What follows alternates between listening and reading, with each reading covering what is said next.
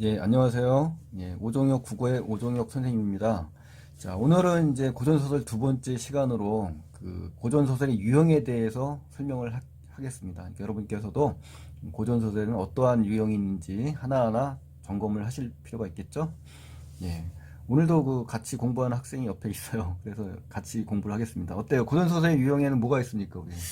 제가 알기로는 뭐 영웅 소설이라든지 뭐 예. 사랑과 관련된 소재일 수 있고 뭐 자연과 관련된 소재일 수 있고 정말 고전서도 다양하다고 예, 생각합니다. 그렇죠.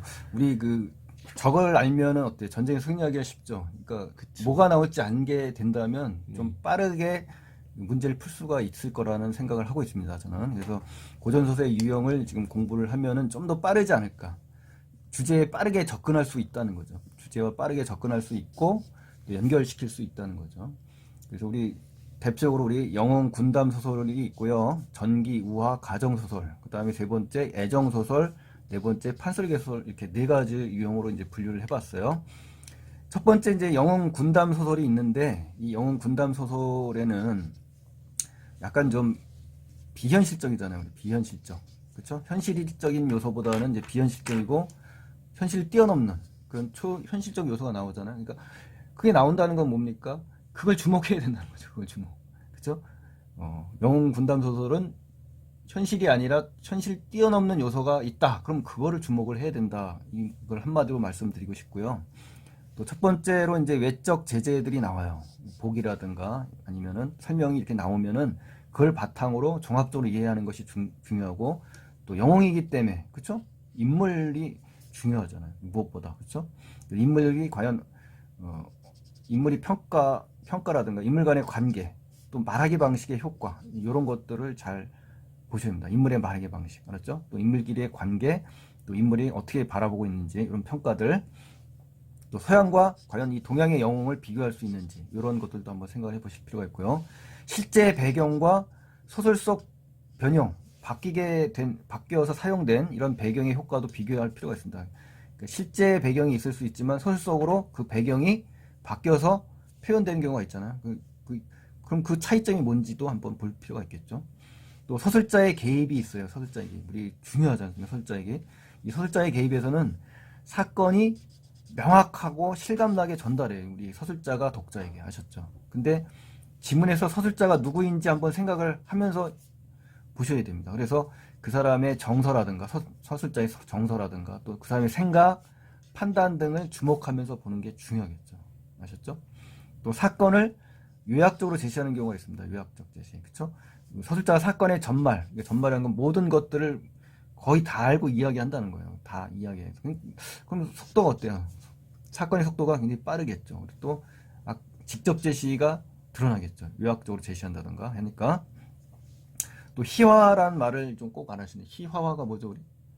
약간 풍자 같은 그런 개념 아닙니까? 그렇죠. 이제 희화라는 거는 어떤 등장인물의 외모라든가 또 성격 또는 사건 자체를 의도적으로 작가가 풍자라는 거예요. 비꼬고 풍자하고 묘사해서 어, 주제를 드러내기 위한 또 인물의 성격을 드러내기 위한 방법인 거죠. 그래서 대상의 모습이나 성격을 굉장히 왜곡시켜요. 왜곡시킨다는 거는 등장인물을 좀 더 과장하거나 또 축소시켜가지고 표현함으로써 그 등장인물의 모습을 훨씬 더 의도적으로 비판할 수가 있겠죠. 아셨죠? 네.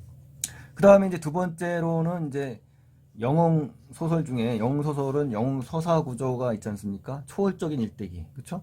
그래서 신이한 탄생, 초인적인 성장, 또 시련을 맞다가 조력자의 도움을 받고 영웅성을 드러내서 해피엔딩으로 가는 이러한 그 일대기 구조로 되어 있습니다. 이 일대기 구조의 서사 구조를 이해하셔야 되고요.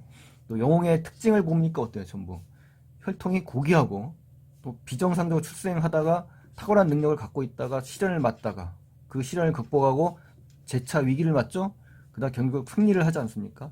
이러한 것이 영웅 서사의 특징인 것이니까 이러한 영웅 서사 구조의 단계를 좀 이해하고 있는 것이 좋겠죠. 그 다음에 이제 두 번째는 이제 세 번째는 이제 군담 소설인데요. 영웅 군담 소설 중에. 이 군담 소설을 보시면 이 전쟁, 병자호란과 임진왜란, 이러한 전쟁 끝나고 조선 후기에 유행을 했어요. 그리고 나서 전쟁의 영웅들이 많이 등장하겠죠. 그렇죠? 전쟁에서 우리가 패했지 않습니까? 병자호란이라든가 임진왜란에서. 그러니까 전쟁 영웅이 얼마나 절실하겠어요. 그렇죠? 그래서 이런 소설들이 발전을 했고요. 또 영웅 서사 구조를 바탕으로 출제되니까 반드시 서사 구조를 이해하고 있어야 됩니다. 그리고 이제 창작 군담 소설이 있습니다. 창작이라는 것은 만들어냈다는 얘기잖아요. 보통 중국을 배경으로 많이 합니다. 명나라라든가 이런 또 가공의 전쟁을 만들어 가지고 그 영웅을 만들어내요. 그래서 대표적인 게 유충열전, 소대성전, 홍계월전 등이 있지 않습니까? 그 역사 군담 소설이라는 게 뭐냐면 실존 인물이 나와요. 실존 인물. 실제 배경이 나오고 그래서 민족적인 우리 자존심을 회복하려는 또 집권층의 무능을 비판하고 규탄하려는 의도로 많이 만들어졌어요. 그래서 대표적인 게 임진록이라든가 임경업전, 박시전 같은 것들이 많이 나오지 않습니까? 그래서 어떤 그 보상 심리가 잘 드러났죠. 전쟁에 패배한 것들을. 그 다음에 이제 두 번째로 보면은 전기 우화 가정 소설이에요. 전기 우화 가정 소설. 이 전기 소설이 뭐죠, 우리 전기 소설? 전기 소설이 약간 좀 초현실적인 세계를 비롯하는 그런 작품 아닙니까? 그렇죠. 전기라는 건 마치 뭐냐면은 현실을 뛰어넘은 비현실적인 세계를 갖고 다루는 것이 전기 소설이에요. 그러니까 천상과 저승 또는 용궁 이렇게 이제 현실에서 볼 수 없는 듯한 그런 세계들이 나오거든요. 이런 것이 이제 전기 소설이죠. 그리고 초인적인 능력을 갖고 있는 인간 등장인물이 나올 수 있고요. 또 자연물이 나올 수가 있습니다. 우리 금방울전 같이. 또 발휘가 이런 초인적 능력의 발휘가 중심이 되기 때문에 여기에 주목해서 감상을 하셔야 됩니다. 또 환몽구조가 대표적인 게인데 환몽구조는 꿈을 통해서 연결되지 않습니까? 그렇죠? 네. 현실 꿈 현실 뭐 이렇게 해서 또 구운몽 옥루몽 같은 몽자리 소설들이 많이 있고요. 또 현실적 주인공이 꿈을 현실적 주인공이 소망이 있는데 그걸 꿈을 통해서 어때요? 소원 성취를 하죠. 네. 소원 성취를 해서 그 꿈속에서 우여곡절을 겪고 나서 어때요? 다시 현실로 돌아오면서 깨달음을 얻지 않습니까? 네. 이러한 구조로 되어 있기 때문에 이러한 구조를 잘 이해를 하셔야 됩니다. 우리 또 이원 구조라고 있죠. 이원 구조 하면 우리 천상 세계와 지상 세계를 이해해야 됩니다. 그래서 적강 구조라고 해서 하늘에서 내려왔다. 그렇죠? 또 천상계 인물이 죄를 짓고 내려오는 경우도 있지만 반대로 인간으로 탄생해서 속죄 후에 다시 천상계로 돌아가는 그런 회귀되는 구조도 있어요. 그러니까 참고를 하시고 이런 이원 구조 각 공간에서 벌어지는 사건이 다른 공간의 사건에 영향을 미친다는 것들도 파악을 하셔야 됩니다. 따로따로 노는 건지 아니면 이어져 있는지 어떻게 해서 연결돼서 영향을 끼치는지 요걸 구도를 좀 살펴보실 필요가 있고요. 또 우화 소설이 있는데 이 우화 소설은 뭐냐면 말 그대로 뭐야 동물을 의인화하여 사람처럼 표현해서 이 인간의 어떤 부정적인 모습, 부패되고 뭐 모순된 모습 이런 것을 신랄하게 비판하기 위해서 이렇게 우화소설을 만든 겁니다. 대표적인 게 뭐 서동지전 같은 게 있고요, 까치전도 있고 당대 현실을 우회적으로 비판하는 거죠. 이제 직접적인 게 아니라 우회, 돌려가서 삥 애둘러서 이제 비판한다는 얘기죠. 그래서 풍자에서 또 근대 지향적인 가치를 추구한다든가 이러한 장면을 보여주기 위해서 그래서 이제 우화소설 쓰는 그런 것들이 있습니다. 그 다음에 이제 가정소설 있잖아요. 가정소설하면 말 그대로 뭐예요? 우리 그 가족 구성원, 부부, 형제, 자매가 나오는 거고요. 사랑과 갈등이 있을 수 있죠. 애정소설, 또 불화 이런 것들, 뭐 사랑과 전쟁인 거죠. 사랑과 전쟁. 또 콩쥐 파치처럼 신데렐라형 설화의 기본 구조에 중요하죠. 설화에 없는 내용이 막 추가가 되고 가미가 돼요. 그러면은 우리가 외워서 공부할 수가 없지 않습니까? 전혀 못 본 거잖아요. 그러니까 이런 것이 나오면서 뭐 깨달음을 준다든가 권선징악을 드러내준다든가 이런 거기 때문에 오히려 아는 게 무섭다고 아는 작품이 나왔다고 해서 좋아할 필요가 없어요. 그렇죠? 워낙 이본도 많고 또 설화가 많기 때문에 그렇죠? 또 세 번째는 이제 애정소설이 있는데 이 애정소설은 혼사장애 소설이라고 해서 혼인을 하기 위해서 장애를 겪어야 하는 어떤 그러한 그 부분들이 있으니까 이런 거 살펴보시고 또 판소리계 소설은 상당히 중요합니다. 판소리계 소설은 판소리 사설로 이루어져 있어요. 그래서 뭐 판소리가 몇 작품이 안 되기 때문에 굉장히 친숙합니다. 다 알아요, 다 그렇죠? 네. 근데 중요한 건 뭐냐? 낯선 부분이 나온다는 거예요. 낯선 우리가 알고 있는 지문이 아니라 낯선 장면이 나오고 워낙 이본이 다양하기 때문에 오히려 그 방심하게 되면 선입견으로 틀리는 수가 있어요. 그렇기 때문에 객관적인 기준과 공정한 판단을 하셔가지고 바라보셔야지 이거 아는 작품인데 하면서 넘겨짚으면 오히려 더 많이 틀립니다. 아셨죠? 그래서 판소리 소설을 이제 이해하려면 일반 소설과 비교를 하셔야 되거든요. 그러니까 판소리 소설의 특성만 이제 점검을 하고 오늘 이 시간을 마칠까 합니다. 그래서 첫 번째는 뭐냐?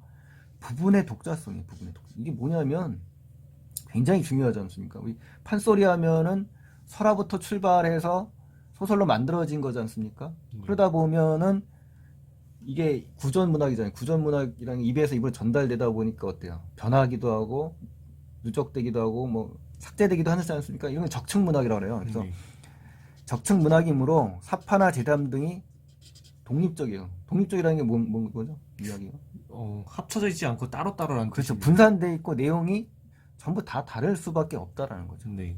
그렇기 때문에 이러한 특징을 좀 잘 아셔야 되고 장면의 극대화 중요하죠. 이 장면의 극대화. 판소리가 만약 시험에 나온다 그러면 장면의 극대화가 반드시 나온다고 볼 수밖에 없다라고 봅니다. 왜? 재밌잖아요.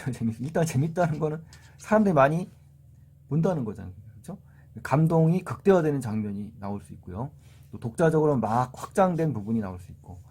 그러니까 앞뒤 내용이 서로 똑같지 어떤 모순될 수가 있죠. 앞에 내용은 A라는 내용을 얘기했지만 뒤에서는 B라는 내용에서는 또 다른 얘기가 나왔다. 그러면 뭡니까? 모순될 수가 있어요. 왜? 재미를 위주로 막 만들어냈기 때문에. 그렇죠? 네, 그렇기 때문에 장면의 극대화는 재밌고 또 전후 내용에 모순이 생길 수 있다라고 참고하시고요. 또 우리 판소리 소설은 주제가 어때요? 양면성이 있죠. 표면적 주제와 이면적 주제. 겉으로 이제 뻔하게 이제 나오는 주제가 있지만 또 속으로 살펴보니까 속된 그 속으로 파보니까 어때? 주제가 곳곳에 나열돼 있어요. 다른 주제들이. 그렇죠? 그런 것들을 잘 파가셔야 돼요. 이면적 주제가 더 중요하겠죠. 그래서. 그렇죠? 그래서 다양한 이야기 속에서 분산해져서 숨겨져 있는 주제를 찾을 줄 알아야 된다. 이런 거죠. 그렇죠? 또 서술자의 목소리를 잘 파악하셔야 됩니다. 어떤 모습을 갖고 있는지. 작가가 주관적으로 끼어들어서 사건에 끼어들어서 평가를 내린다든가 판단한다든가 이렇게 개입하여서 마치 편집자적인 평가를 내린다든가 이런 장면들을 잘 캐치하셔야 돼요. 그렇죠? 또 인물이나 사건을 어떻게 바라보는지 비판적으로 보는지 아니면 따뜻하게 연민의 시선으로 보는지 아셨죠? 이런 것들을 바라보는 태도에 주목을 하셔야 된다라고 말씀. 또 사건의 전개 과정은 주로 요즘 도식화와 도표를 많이 보셨죠? 빈칸 넣기가 많고 내용을 철저히 연결하는 문제 대비가 많고요. 그래서 문장에 어떻습니까? 이런 문제 대비를 하셔야 되겠고요. 작품의 내용은 새로운 방식이 많습니다. 예를 들어서 광고 문안, 시, 일기, 회고록 등으로 변형돼 가지고 적절성 효과를 평가를 하게 됩니다. 아셨죠? 또 문장이 문문으로 나와요. 문문. 그러니까 판소리 사설은 음악과 결합됐기 때문에 안일이와 창으로 구현돼서 문문이 훨씬 더 효과적이죠. 그렇죠? 또 창과 안일이가 반복됩니다. 창이라는 건 뭐냐면 노래고 속도도 빠르고 악기도 사용하고 흥겹습니다. 근데 안일이는 어때요? 이야기예요, 이야기. 속도가 굉장히 느리고 창 중간중간에 나오기 때문에 이야기하기 때문에 좀 느리지만 창과 안일이가 반복되면서 조화를 이룬다. 그래서 굉장히 생동감이 있습니다. 판소리 직접 보게 되면. 또 마지막으로 뭡니까? 문체 이중성. 문어체와 구어체가 교차되면서 그 판소리의 단조로움을 극복하는 그런 효과를 줍니다. 문어체는 주로 양반들이 쓰고 구어체는 서민들이 주로 쓰고 그래서 골개미가 주로 드러나는 그런 부분이기 때문에 중요합니다. 이 구어체 쓰는 장면이. 자, 그래서 오늘은 이제 고전소설 중에서도 그 유형에 대해서 공부를 했습니다. 그래서 오늘 정리를 잘 하셔서 고전소설의 기본적인 개념을 잘 익히시기 바랍니다. 감사합니다.